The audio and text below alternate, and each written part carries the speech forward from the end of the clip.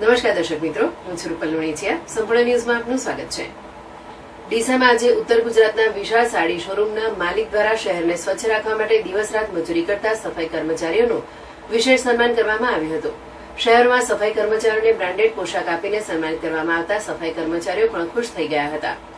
ગંદકી અનેક બીમારીઓને આમંત્રણ આપે છે અને આ ગંદકીની સફાઈ કરીને શહેરી નગરજનોને બીમારીઓથી દૂર રાખવામાં મહત્વની ભૂમિકા ભજવતા સફાઈ કર્મચારીઓનો આ મહાન કાર્યથી બધા અજાણ હોય છે. ત્યારે આજે ડીસા નગરપાલિકાના સફાઈ કર્મચારીઓના આ મહાન કાર્યને પ્રોત્સાહન પૂરું પાડવા આજે ડીસાના ભગવતી સાડી શોરૂમના સાડી શોરૂમ દ્વારા પાલિકાના તમામ કર્મચારીઓને બ્રાન્ડેડ પોશાક આપીને સન્માનિત કરવામાં આવ્યા હતા.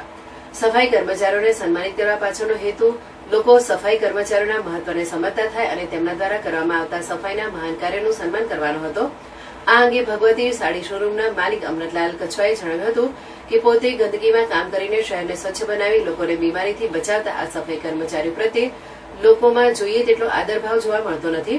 ત્યારે આજે તેમનું આ રીતે સન્માન કરવામાં આવતા આ સફાઈ કર્મચારીઓ દ્વારા પણ પોતાના કામની કદર થતા ખુશ જણાઈ રહ્યા હતા.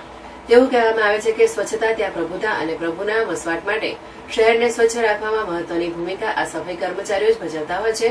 ત્યારે લોકોને પણ સફાઈ કર્મચારીઓનો આદર કરવો જોઈએ, કારણ કે તેઓ પોતે ગંદકીમાં રહીને ગંદકી દૂર કરે છે અને શહેરને સ્વચ્છ રાખી નગરજનોને તંદુરસ્તી આપે છે.